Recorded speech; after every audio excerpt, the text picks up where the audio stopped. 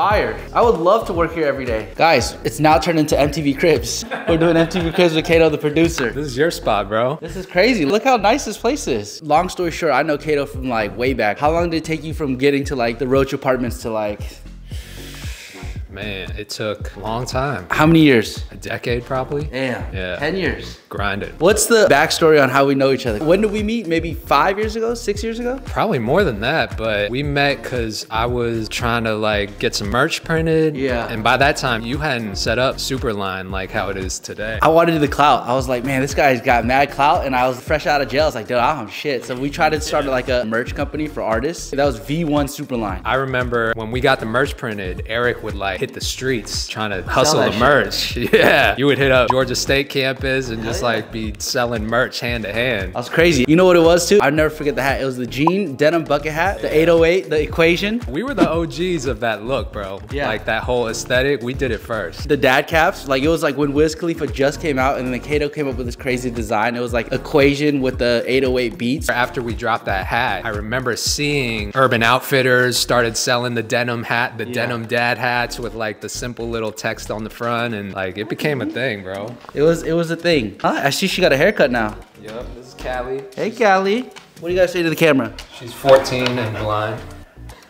Aww. We don't want to see your personal space. Can you give us the workshop? Yeah. Let's walk downstairs. I'll show you all the studio. But peep the views, guys. This is crazy. I know that's a nice couch. That couch is probably like 10 racks. Somewhere around there. Somewhere around there. This is the layer right here. We're going downstairs to the studio. Going downstairs to the dungeon. TikTok record's been paying off, huh? Let's break down this. What is this? So this was the last tour that I did with Jaron Benton, who's an artist that I basically came up with in my career. We started working together, we got signed together, we toured together. So most of my fans know me for working with Jaron. This is like your first success, I guess? Like first like viral moment? Yeah. Yuck Fu was a project that we did while he was signed to Rock Nation, and we did a whole tour around that. This is not Photoshop. I remember one time Kato got me, he Photoshopped his shirt on Kanye West, and I was like, I didn't know. I was like a kid. I didn't know the game, right? But this one's not Photoshop. This one's real. This is real. This is when Instagram posted me during the pandemic. I was just like doing a lot of viral shit, and they just like showed me love and posted me. That's crazy. How many impressions? They got 230,000 likes. How many views did it get? I don't even know, but it got hell of a lot of likes. What is this? This is your first check? I framed this check because this check was for the song that I produced, the first single from Mount Westmore, which was Snoop Dogg, Too Short, E40, and Ice Cube. It's like a rap super group, Legends. I produced their first single, Big Subwoofer. They cut me a $19,000 check, and it was signed by Ice Cube. That's crazy. That's Ice Cube's signature right there. Break down this one. I know you went crazy with this. So pretty. If you guys know the TikTok, So Pretty, the trend, this is the genius. Yeah, So Pretty. That was like my first big viral moment on TikTok. I think now it's at like 75 million streams.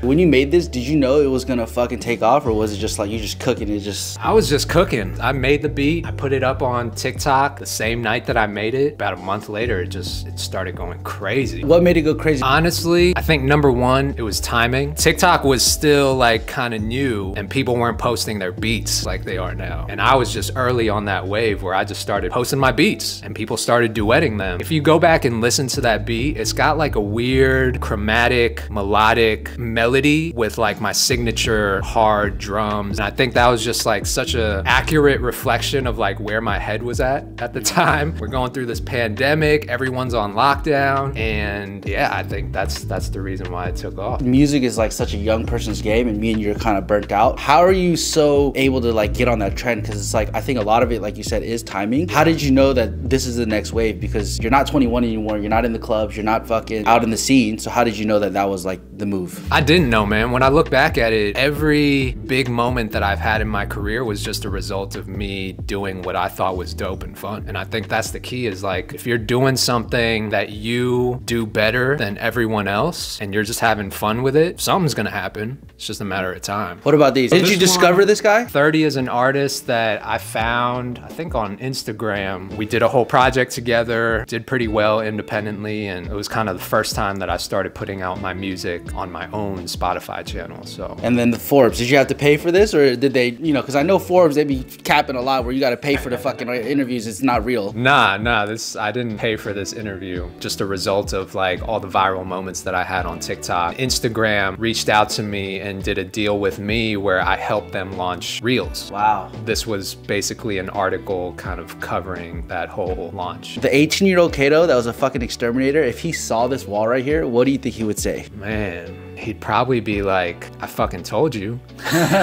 You know, like I knew this shit would happen if you just kept going. And last one, what is this one? So once we released Big Subwoofer with Mount Westmore, it went #1 on Triller, and #5 on Rap Digital Song Sales on Billboard. That was a big moment for me just because I got to work with some legends. Out of these plaques, which one are you the most proud of, and which one has like the most impact? I would say that check right there. The Ice Cube check. 19K, y'all. 19K off music. That's crazy. Signed by Ice Cube, bro. How many people got a check signed by Ice Cube?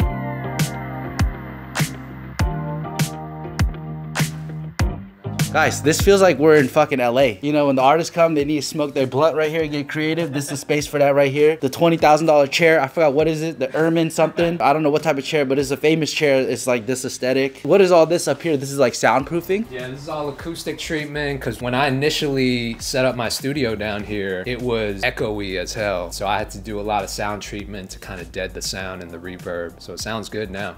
I mean, you're in a nice neighborhood with a bunch of like corporate people, right? Do they ever bitch at you about banging out music down here? Nah, I don't really blast music like that. You're getting old now. Yeah, I gotta listen to it at like normal levels. What's the setup? Can you break down the setup on how much this costs? How much is the keyboard? How much is, I don't even know what that is. Because of the relationships that I have with a lot of these gear companies, most of this they sent to me for free. Native Instruments, complete control, 49 keys. This is my MIDI controller. This is what I use the most to make my beats. Native Instruments, Machine Plus. These are my main monitors by head. Super flat, clear response. I love these monitors. These are probably like 2 racks per monitor. Sheesh. Really, really nice. They hooked me up on this one. So shout out to Head. These are Atom Audios. I love these as well because they pair nice with my sub. I'm seeing you're on Mac gang, not Windows. Yep, got the Mac Mini right here. And then the chair, what kind of chair is this? Uplift desk, their ergonomic chair. I've had this for like a couple years. I like it. It can like lean all the way back and shit. The old man chair for the right posture, you know what I'm saying?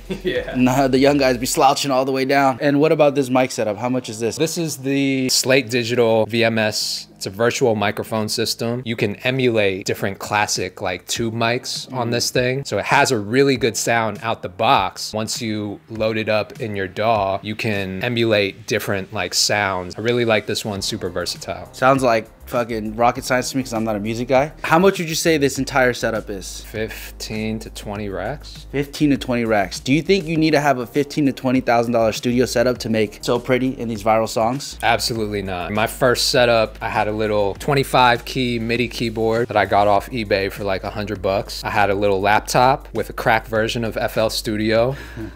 And I made these plaques right behind you. I made my first couple projects just off of that. So like we're talking a couple $100 setup. What was your first like shittiest job before you got to do this full time? It was very humbling, but I worked as a pest control tech at Aero Exterminators. That was one of the last 9-to-5s that I left before doing music full time. I gained a lot of respect for people who do that job. What are you doing? You're like going into houses like this and like terminating fucking termites, or like? Yeah, I was literally going into people's houses and like treating their houses for huge ass roaches and, oh my God, and termites and mosquitoes in the summer. I'd spray like the outside of their houses with mosquito spray, and like that shit the wind would blow it back into my face. So I can't imagine the type of chemicals I was inhaling while doing that job. I gained a lot of respect for people who do that work. And how did you transition from having a 9-to-5 to like being able to do this as a career full time? To make it in the music business, you got to pay mind to the business. That's one thing that I wasn't doing. Once I started minding the business, that's when I started making money and was able to like live off of my music. What are like 3 other things about the music business that helped you monetize it? The relationships. works, asking questions to people who knew more than me and had experience in business and were able to like put me on to how publishing works or how copyrights work and how the business of the music industry works. And then the second thing was learning every day, bro. Like I'm 15 years into my career and I still learn something new every single day. I'm always asking questions. I'm learning about new platforms. I'm diving into AI, learning about how that can help me as a tool. I'm just learning about things every single day to stay ahead of the game. That's super important if you want to turn this into a business. What was the turning point of like, yo, I'm finally getting checks? Like what was that moment and what was the skill that helped you get there? Probably the biggest thing, building a community, like really tapping into my community and not just seeing them as a follower count on Instagram, understanding that there are real people wanting to build a genuine connection with those people through my music and through my content. And once I realized that, like the power of community, you don't need to have 1 million fans to make a living off of music. You just need to tap into your community and really build that relationship and that trust with them. That's why brands will pay me $100,000 to tap into my community because I built that trust with them and like I'm not about to put them on to some bullshit that I don't believe in myself. Yeah, I think a lot of you guys are so focused on like having 1 million followers, right? But it doesn't really matter if you have 1 million followers and you're famous if those 1 million followers don't really trust you or even want to buy into what you're quote unquote selling, right? Sometimes it's better to have a smaller subsect of people that are really dialed in and really cult fans, because that's when you get the brand deals or that's when you can sell your beats to them or whatever it may be. The conversion rate is higher. So don't just focus on, yo, let me just get with. Sometimes it's about depth too. For me, it's a full circle moment because to see everything, it's just like, damn. I see a lot of the stuff that you do is more than just making music, right? How many different skills do you have outside of just producing beats? And then how important is that as like an entrepreneur in the music business? I've developed so many skills over the years, more so out of necessity. As a broke musician who's trying to build a business, you don't have the resources to be able to pay to someone to do all those things for you. So I had to learn out of necessity how to edit my own videos, how to do graphics, how to build my own website, in addition to making the music. It's definitely helpful, but also like know what your superpower is. I knew that my superpower was making beats, producing songs. I learned later on that I also have a passion for like teaching and educating. Right? So a lot of my content is based on passing all those lessons and knowledge forward and turning that into content. How did you get to finding your superpower? Because I know when KATO started, KATO used to be a rapper and now you're a producer, right? How did you know you were like, yo, I'm not a rapper, I'm a producer? How did you figure that out? I knew that making beats and producing songs, working with artists, that was the one thing that was fun to me. As you put yourself out there more, you start to hear from people. Like my friends would be like, yo, you made this? Like, is this your beat? And so they would give me that validation. I'd start to hear like people really fuck with my beats and they wanted production from me. Like artists wanted to get in the studio. I knew it was good from both the internal and external validation. I know your tagline, KATO on the track, right? How did you come up with that and how important is it for a producer to have that tag? My producer tag came from Jaren. On one of our songs, I think it was a song called Shut Up Bitch, he said that in the beginning of the song and I just took his vocals and like made that my permanent tag, even after all these years. That's where the tag came from. I think it's important, but I don't think it's absolutely necessary. I felt like it would help me with my branding and just get my name out there. If they heard my tag, KATO on the track, bitch, like they'd automatically associate it with me. I'm sure artists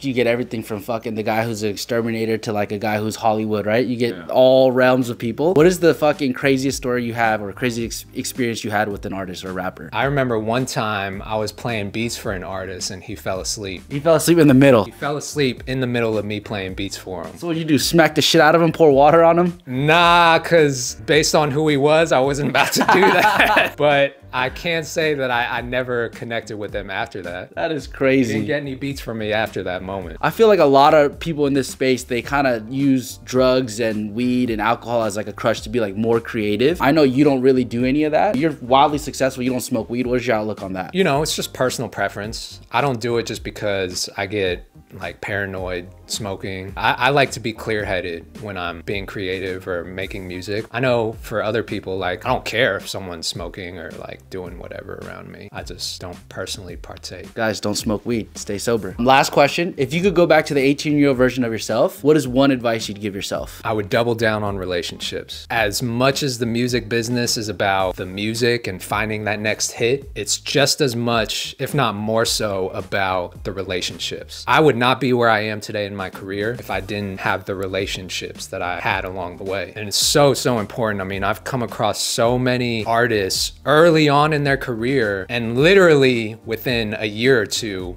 they're the biggest thing out. Jack Harlow, for example. I remember my engineer at the time was like, yo, I know this kid from Kentucky. He's coming to Atlanta. His name's Jack. You down to like connect with him and work with him? And I was like, yeah, bro, I'll link up with him. So I pulled up to his hotel room. It was Jack and like two of his homies. Not sexy Jack. Glasses, this is glasses on, like the curly hair. Not the Jack that we know today. I always thought he was dope and talented, but I was just so invested in what I was building, like with Jaren and the whole Funk Volume thing. I was busy. Like I saw that as my ticket out, like to make it in the music business. I worked with Jack, I got a feature from him, and like he jumped on one of my songs, and just as the years went by, you know how it is, like people like lose contact and get out of touch, and he was going back and forth between Kentucky and Atlanta, so I didn't get to see him that often. And then probably within a year, he just like blew up. Shout out to Jack, man. I'm gonna send you some beats, bro. That's crazy. I'm gonna end on this note too. It is all about relationships, because even when me and KATO were doing our thing, there were times where it didn't work out and I would feel some type of way. I'm sure he felt some type of way. But if I acted on those emotions and I burned that bridge, I wouldn't be here today getting this interview. So in life and in business, remember this. Don't ever shit on nobody, whether they're up or they're down, because when they're down, they might get up on you.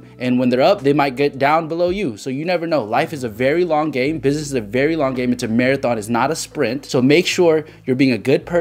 You're being honest, transparent, fair, protecting your own values, protecting your own business. As long as you're doing good business and have good relationships, in the long term, I feel like you're gonna win. So that's gonna wrap it up. You know, we stay giving y'all free game.